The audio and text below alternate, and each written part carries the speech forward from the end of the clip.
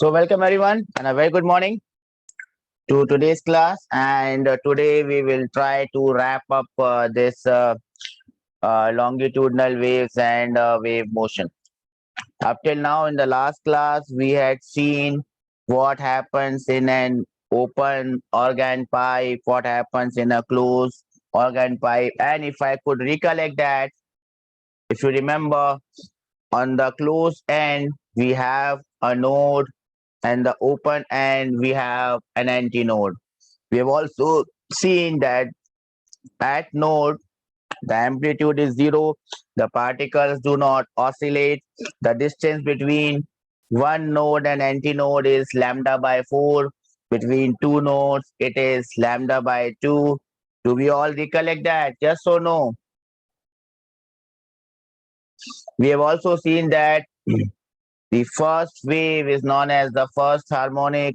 The frequency of the first harmonic is also known as fundamental frequency. It is known as F1.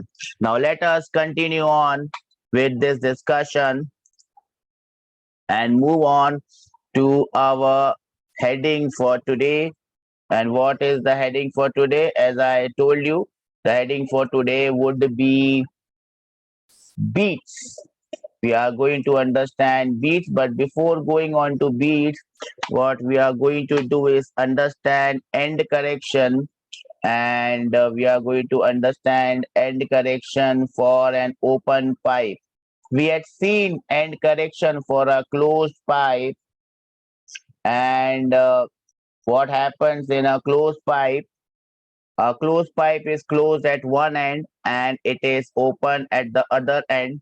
What we had seen in a closed pipe as well as in open pipe, at the open end, as you can see, you always have an antinode coming at the open end. Yes or no? You can see here, wherever we have a open end, we have a antinode coming. But we had also seen that if the pipe is open or closed, we had seen it for closed pipe, the antinode does not occur exactly at the end. Do we remember this? It occurs slightly outside. It occurs slightly outside at its end, and we add one end correction to the length of the pipe. And if you remember it correctly, that end correction E was given as 0.6 R. Do we recollect this? Can I have some raise hand that we recollect this? 0.6 R, where R was the radius of the pipe, bacha. Now remember, in closed pipe, we had one open end, and therefore we added for a closed pipe, the end correction was L plus E. We only added one E because it was open at one end. Here, when we have an open pipe, and when I say an open pipe, it is open at both ends. The end correction will happen at the both ends, and therefore for an open pipe the end correction becomes L plus 2E, whereas if I talk about the closed pipe, and the blue one is for the closed pipe, the end correction is L plus E. The simple reason being, in a closed pipe we have only one open end, in an open pipe we have two open ends, and therefore the difference between the two. Please note this down point very carefully, beta, because this question has been asked many a times in the exam. So I'll give you a minute to note this down. The end correction for open pipe, the end correction for closed pipe, you can write them together so that you can remember them easily. I'll give you a minute to do that. Let us move ahead and jump on to the topic that we were supposed to do, we are supposed to do today, and that is the topic of beats. Now you would have heard this term beats when you would have talked about music. When you are listening to songs, you would ever, yeah, this beat, the beats of this song are very good. The beats of this song are not good. I don't like his beat. Now we use this term beat very often, but do we understand the meaning of the term beat? Now remember, when I talked about interference, when I talked about interference, interference was superposition of waves in space. In interference, what happens? At some point, you have maxima, at some other point, you have minima, and the points of maxima and minima remain fixed. They do not change with time. So we call interference as superposition of waves in space. Do we understand this? Now imagine you are standing at a place and you are watching and you are hearing interference of sound waves. So if you are standing at the position of maxima, you will always get maxima. If you are standing at the position of minima, destructive interference, you will always hear minimum sound. But one exciting thing can happen. If the sound waves that you are hearing are of slightly different frequencies. Remember, for interference, we have noted that the sound wave or any wave should have the same frequency. Do we remember this? They should have same frequency, nearly the same amplitude. They must be traveling in the same direction. Then you have interference. Their phase difference must remain constant with time. That was the basic criteria. What was the basic criteria? The phase difference must remain constant with time. But if I have sound, the source having slightly different frequencies, not not very different, slightly different. Say for example, one source has a frequency of 60 hertz, the other has a frequency of 60.1, 60.2, and so on. If I have two sound sources, say for example, I am playing a guitar, dung dung dung dung dung. You might have gone to a music concert. Might not have gone at this stage now, but once you get into a college, medical college, engineering college, in college you have college fest. Do you know college fest? One part of a year, this college organizes a college fest where students from other colleges come. You have all sorts of cultural activities, song, dance, and all activities, and people mingle with each other. That is the time where you enjoy your life. You have college fest. In college fest, you have all sorts of cultural activities. You also have live concerts. I'm from engineering college. We used to have live concerts. We used to have rock bands coming and playing all sorts of stuff in my college. If you have seen a rock concert or you have been to any live show, or for example, you just heard a song and someone is playing guitar, gun, gun, gun, gun, gun, and someone is also playing a violin at the same time, and someone is beating the drums. All these, see, nothing happens by mistake. If you like some sound, if you like some beats, they are produced by frequencies which are nearly similar. So someone who is playing the guitar and someone who is beating the drum, they are not beating it randomly and then you get good sound. They are beating it in such a way that they produce sound of slightly different frequencies. Now, what happens is when you have sound of slightly different frequencies, if you are standing at one point, you don't always get maxima. Sometimes you will get maxima, sometimes you will get minima, sometimes you will get somewhere between maxima and minima. So you will experience all types of superposition. You will experience all types of superposition, and my current has gone. So what I'll do is I will switch to my mobile connection. I hope you can see me. I'm still audible. I'm still visible. Yes. So my internet connection is stable. Just give me a moment. I'll just put the door on. I'll just open the door. Just a minute.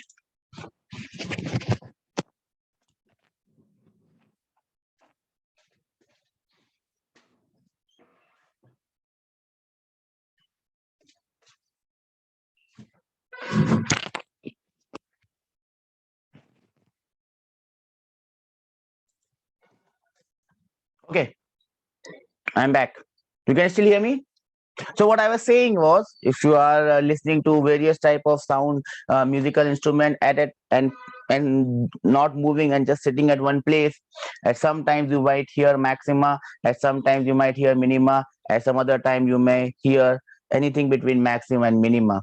So sitting or standing at one place, you are getting all sorts of combination, all sorts of superposition, and your maxima and minima keep on changing with time. The maxima and minima keep on changing with time, which is what is written here. The intensity of sound, the intensity of sound. Oops, what is wrong with this fellow? Everything goes wrong when it has to go correctly. What has happened here? Okay, something wrong. Okay, so what do you see is intensity of sound rises and falls periodically at the same point. That means waves are interfering in space actually, but at one particular point, you can hear all maxima, minimas, and all types of intensity. This rise and fall of sound intensity at one point is known as a beat, and in short you can call beat as interference or superposition in time. When waves are superposing in such a way that at one point you will hear maxima, minima, and the intensity keeps on changing, this type of superposition of wave, and it will only happen when you have two sound waves of slightly different frequencies, equal amplitudes. So you should remember all these points. Number one, slightly different frequency. Number two, they must have equal amplitudes. Number three, they are traveling in the same direction. They are traveling in with the same speed. If these three conditions are met, you will have interference in time. At one point, you will have all sorts of intensity. This phenomena is known as beats. Do we understand this? Can I have some reason that we understand this? Now remember, this is an unstable interference. Why it is unstable? Because the phase difference will keep on changing with time. Remember, in interference, phase difference was constant. Here phase difference will keep on changing because your frequencies are different. That is why the resultant amplitude and intensity will change from maximum to minimum at a given point. Rise and fall from maxima to minima at one point is known as one beat. Do we understand this? So when you hear the highest intensity and you hear the lowest intensity, from one rise to one fall, that is known as one beat. Time between two beats, time between two beats is between two consecutive rise or two consecutive fall is known as beat period. Do we understand this? What is the beat period? Between two rise or two falls, whatever time it has taken is known as beat period. Number of beats per second is known as beat frequency. Do we understand this? Number of beats per second is known as beat frequency. I will give you a minute to note this down. And I'll be back. So we have seen beat is interference in time. Now remember, if the frequency of the waves will differ too much, beats cannot be observed because resultant intensity will change very fast. So we don't want the frequency to be differing by a lot, because then the beat frequency would be very fast, and if the beat frequency is very fast, we will not be able to observe or hear any beats, and that is why light beats are not possible because the frequency differs by a lot. You cannot observe beats in light, but you can observe beat in sound. What is the limit? Not more than 10 hertz. If one is 60, the other one should be 50 or 70. If it is more than that, we don't see, we don't observe, we don't hear any beat. How do you find the beat frequency? That is pretty damn simple. If the frequency of the waves are N1 and N2, and N2 is smaller than N1, the beat frequency will be given by N1 minus N2, very simple. And the time period or the period of beat will be given by 1 by N1 minus N2. Is it clear to all? Very simple formulae. I'll give you a minute to note it down. Okay, then we come to the next slide. And remember, you should note down all these points carefully. What are the necessary conditions for beat? They must travel in the same direction. Amplitude should be nearly equal, same speed, same medium, and the difference of frequency should be small. What are the application of beats? Remember these application because any of these can come as a question. To detect gases in mind, to compare frequency of two tuning forks. You must have done this experiment. To tune the radio station, to tune musical instrument, you might have seen guitarist, sitting with the guitar and doing something that is known as tuning, that is done with beats. To manufacture oscillators of small and stable frequencies. Remember all these because any of these can come as a question in your exam. I'll give you a minute to note it on. That takes us to the last part of this discussion, where we can find or determine any unknown frequency of any tuning fork with the help of beat. I've seen this question come many a time, so please remember how it is to be done. What do?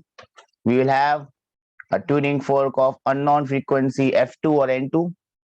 It will be oscillating with a tuning fork of frequency N1. This N1 will be known. And let us assume that N or F number of beats are produced.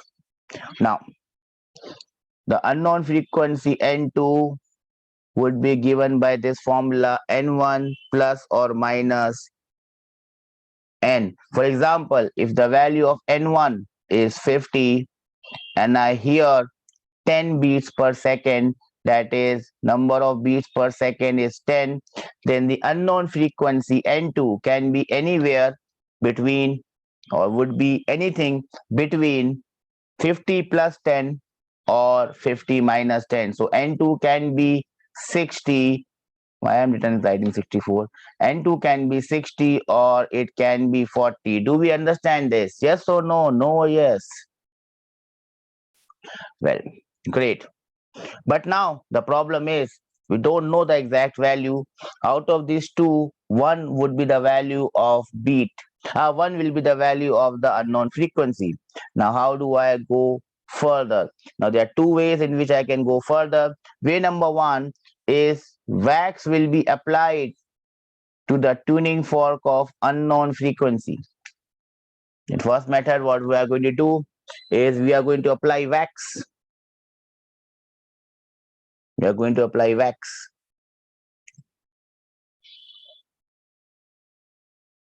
What happens if you apply wax to the unknown frequency? Its frequency will decrease. It becomes heavy, its frequency will decrease. That is what you can see on the screen now. I forgot to bring up the screen. So basically what I'm saying is if the known frequency is 50 and the number of beats is 10, the unknown frequency can be anywhere between or anything between 60 and 40. Which one of this is correct?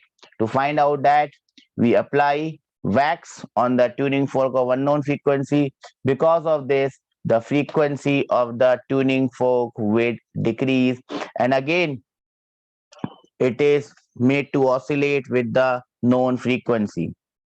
Now, If the beat frequency increases, then N2 will be equal to N1 minus N. Now, it might be difficult for you to remember the formula, but instead of remembering the formula, just use some common sense. Now, for example, I apply wax on the unknown frequency tuning fork and my beat frequency increases. Now, if my beat frequency increases, remember what is going to happen. The frequency of the unknown tuning fork has decreased, but that has led to an increase in my beat frequency. If the value of the unknown frequency was 60, after loading with wax, it might become 59.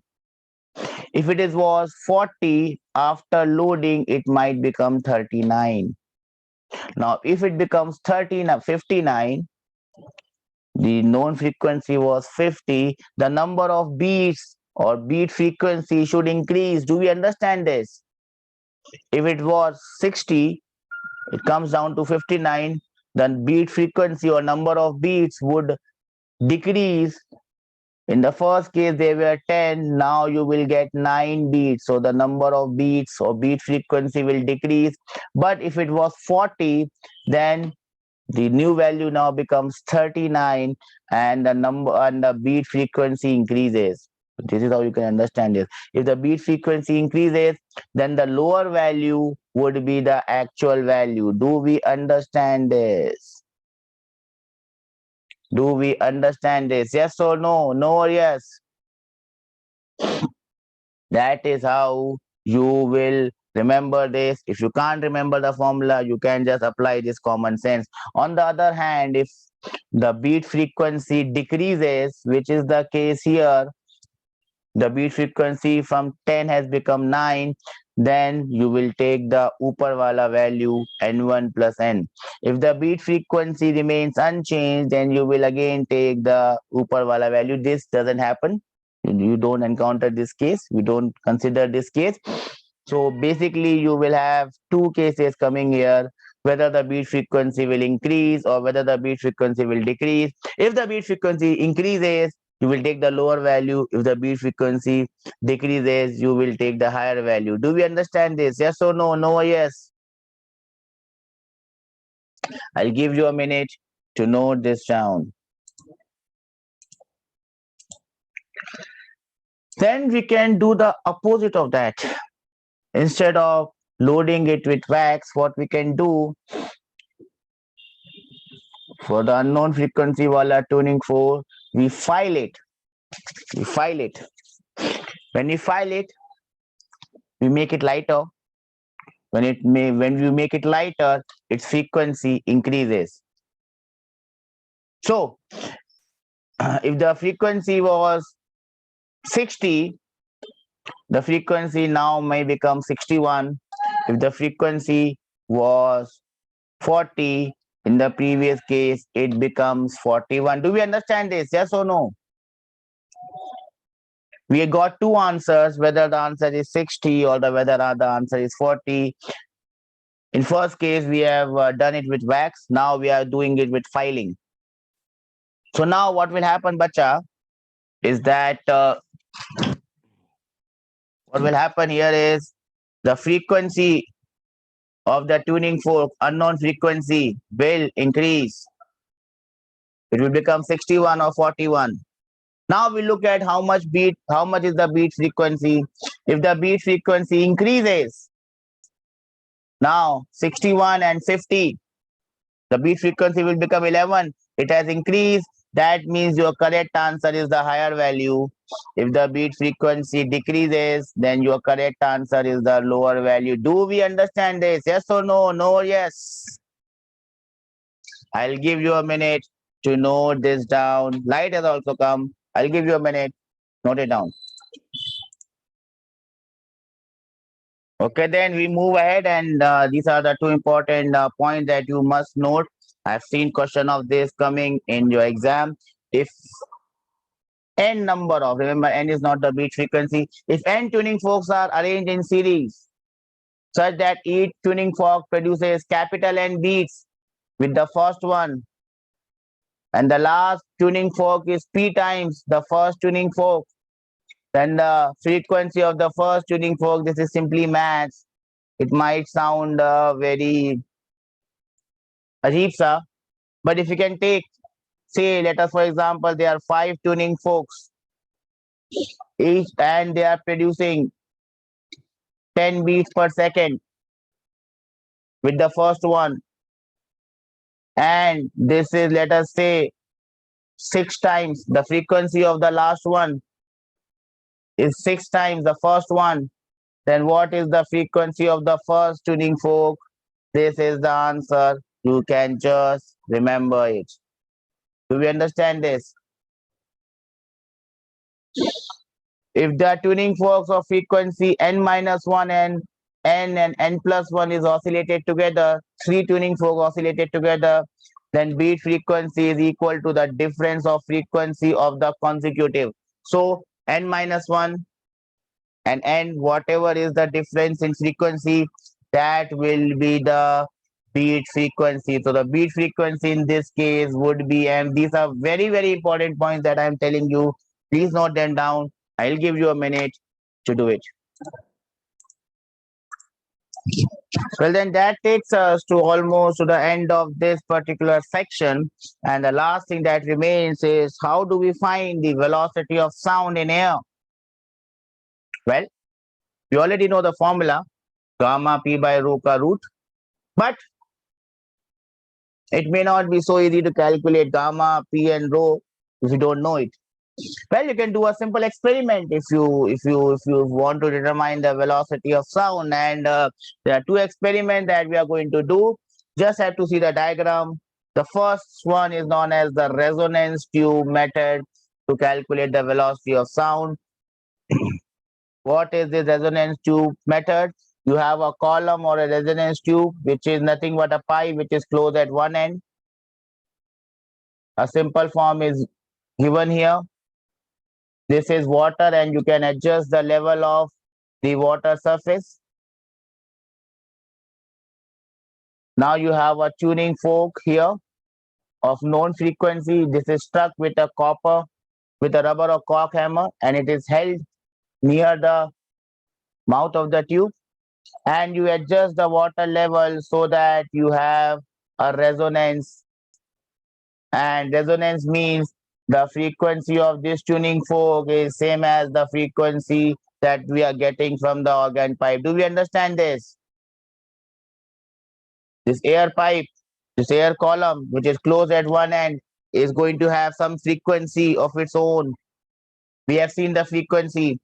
For a closed pipe, you only have odd frequencies. Do we remember this?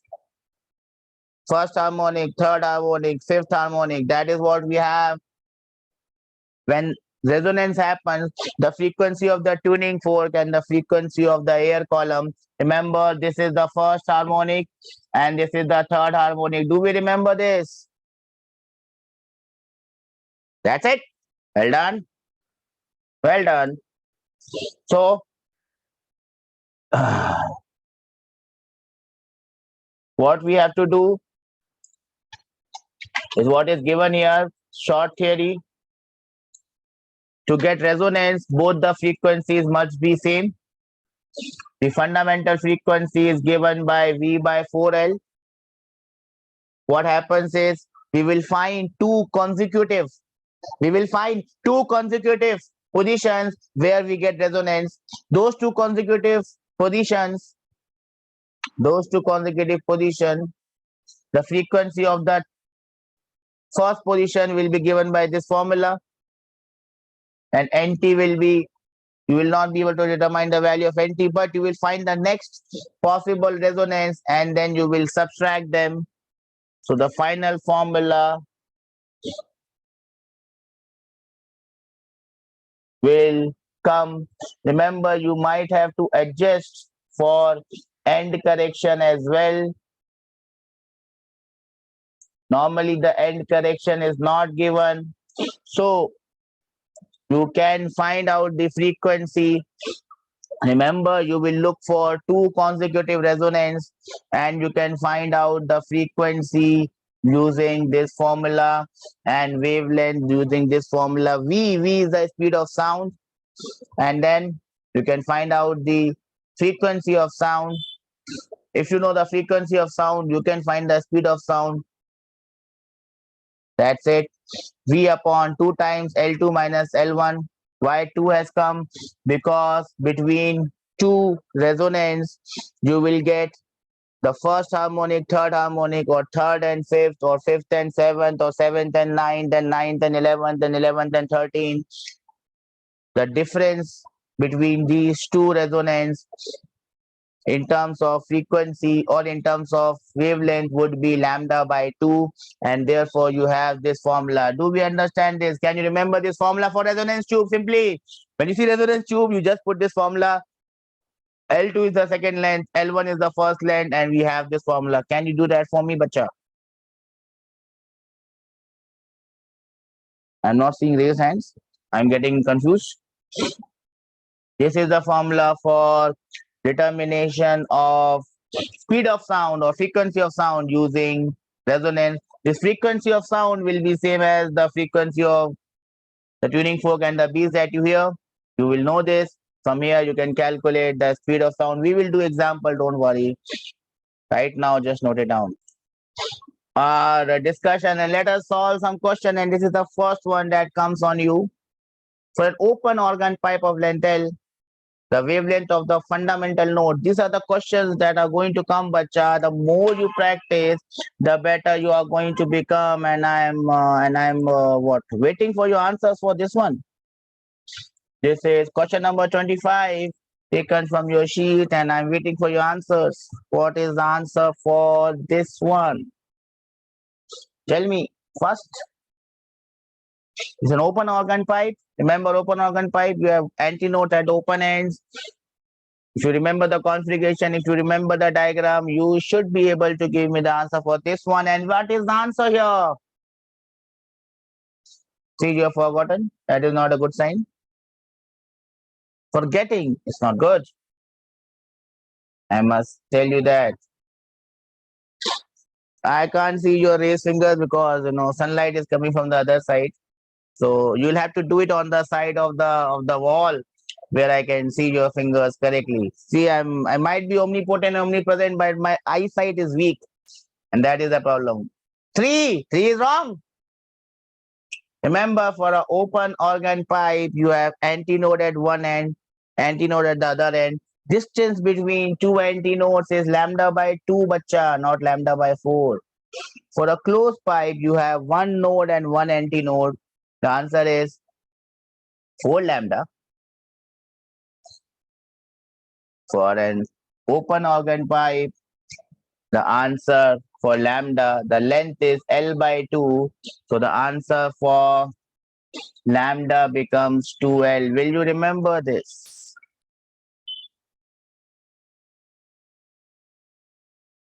Will you remember this, bacha? Or shall I show you the sheet where we had seen?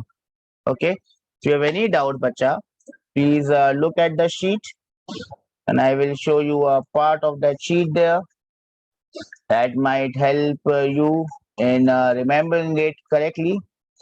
I can understand the problem of not remembering because I have the same problem. So I can very nicely resonate with your feelings that sir, I can't remember it.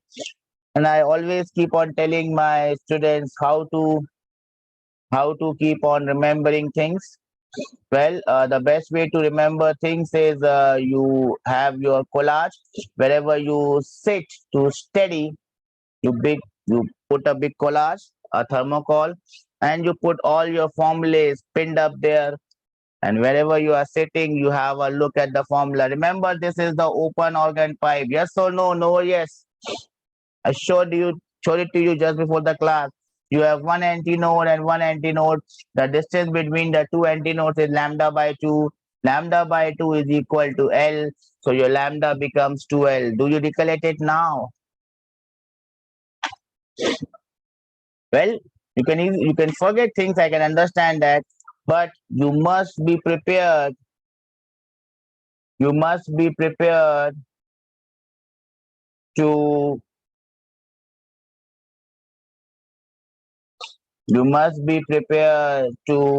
remember them and find out ways in which you can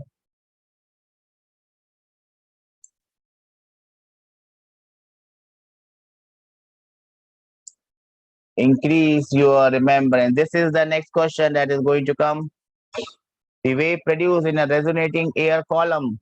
You've seen that resonating air column. What type of wave it is? It is progressive, longitudinal, stationary, longitudinal. The other options are definitely wrong because sound wave is not transverse at all.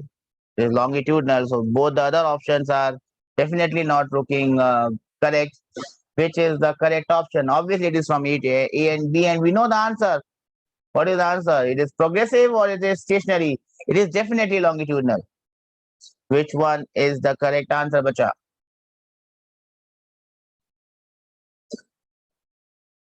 Yes, this time the answer is B. You don't have progressive waves, you don't have moving waves in a air column. You only have stationary waves in a air column, and that too of longitudinal type. Comes the next one, and let us hope that I can get an answer out of you for this one. Beats are a result of constructive and destructive interference? Huh? No. Option number 4, I only saw 3 fingers. My eyesight. Obviously, it is 4, not 5. 5 is not an option here. Just because you do 4, I see 3, that does not mean that you do 5, I will see 4. Right? It doesn't work that way. The eyesight doesn't work that way. Okay. Let us move on to the next one. Now you are a pianist. I don't know how many of you can do that, but piano is one of the most expensive instruments to buy. So even if you are a pianist, you might not be able to afford one piano right away. Might have to go to places to play the piano. Well, two adjacent piano keys, dung, dung, dung, are struck simultaneously. Now you will say, sir, we don't know piano. How can I solve this question? Remember, it has got nothing to do with piano. It has got to do with the number of beats that the piano produces. The notes emitted by them have frequency N1 and N2. See, that is how this pianist, Adnan Sami at one point in time was the fastest pianist, right? The faster this pianist moves his finger along the board, the better the music it sounds. Do we understand this? Now, that is the theory behind it. That is the physics behind it. How much is the number of beats? And the more the number of beats you hear, and you feel, wow, wow, wow, wow, what a marvelous piece of piano.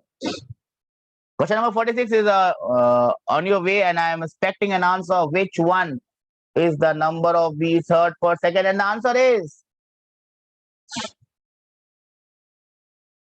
Array, 3, 3, 3, 3, 3, 3, 3, 3, 3, 3 is free, and 3 is the correct answer. That is correct. Well done, bacha. We are going on the right thing. So that is how the faster the pianist plays. That doesn't mean that if the pianist is playing slowly, the music will not be good. The pianist knows how to indulge yourself into that mystery of music. Music is physics. Physics is music, and music is divine.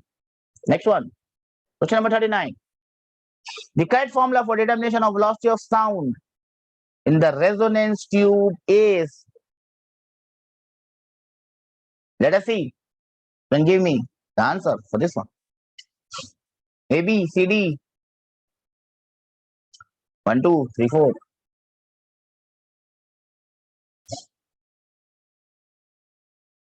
I'm waiting for your answer, bacha. Patiently waiting.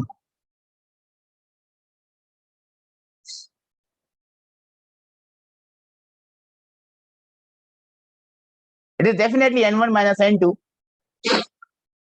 Right? No, sorry. I was looking at a different question. 2, 2, 2, 2. I hope you have not seen the formula and then told me the answer. 2 is definitely correct. We have seen that N is V by 2 times L2 minus L1. Here they have written V in terms of N, and that is how you get your answer. Are we getting there? Yes or no? No or yes? Let us do one more on this tuning fork, because tuning forks are in fashion these days, and NTA may give question on tuning fork because this is an experiment that you can do in a lab, so you can actually see this thing happening. A fork of frequency 100, so that is the known frequency, is sounded with another fork B. The number of beats is 102, is 2. So from there you can tell me which two options are possible. Which two options are possible? Either, tell me which two options are possible. Only two options are possible, whether it is 102 or whether it is 98. Yes or no? No or yes?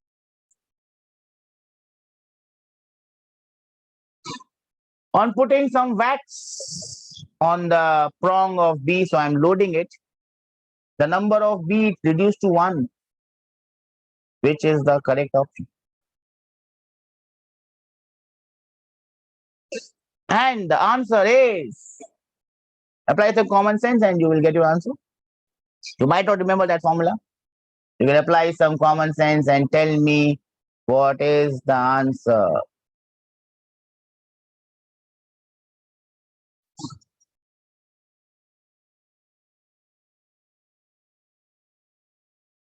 And the answer is definitely 3. Well done, bacha. I don't have to explain it, but we'll do one more on this category, and then we will call it a day for this one and move on to some greener postures in the next lecture. So number 48 is what is waiting for you, beta. Two tuning forks A and B are sounded together. They produce 4 beats per second. That is good. A is slightly loaded with wax, remember. Then they produce 2 beats when sounded again. The frequency of A is 256. So now right away you can tell me only two options are possible. Which are the two options, bacha? Which are possible? The two options which are possible are only 260 and 252. Now A is slightly loaded. The number of the frequency becomes 2. The frequency has decreased. A has been loaded. So A ki frequency will reduce. 256 might become 253, to 255, 254. Which is the correct option? The frequency of B. It does not require physics. It requires common sense, and you have gathered a lot of common sense in the past days. And that is answer 252 is the correct answer. So beta, with this, we come to an end to this intriguing chapter of longitudinal waves. We have broadly discussed all types of waves, but specifically we have dealt with sound waves. Sound, that is what you are hearing right now. The fan is producing sound. I am producing sound. We have seen this sound. We have found out the velocity of sound. We have done a lot of things. We have seen resonance. We have seen vibration of air column. We have seen standing waves. We have seen stationary waves. Everything is done. We'll finish this lecture here. I'll give you 5 minutes to again go through everything from transverse waves to longitudinal waves. Everything I'll give you 5 minutes. The next lecture, we will go ahead. The last topic of this chapter, the chapter is wave motion, and the last topic is Doppler's effect. Doppler's effect. That is the next topic, the next lecture. Give you 5 minutes. Go through this. We'll be back with the next lecture with Doppler's effect. I request you to get your sheets. Doppler effect is what we're going to do, and probably we might end up finishing the entire Doppler effect as well. It's a very small topic, but a very effective one. In the next class, in the next lecture, 5 minutes, I'll be back. Take care and study.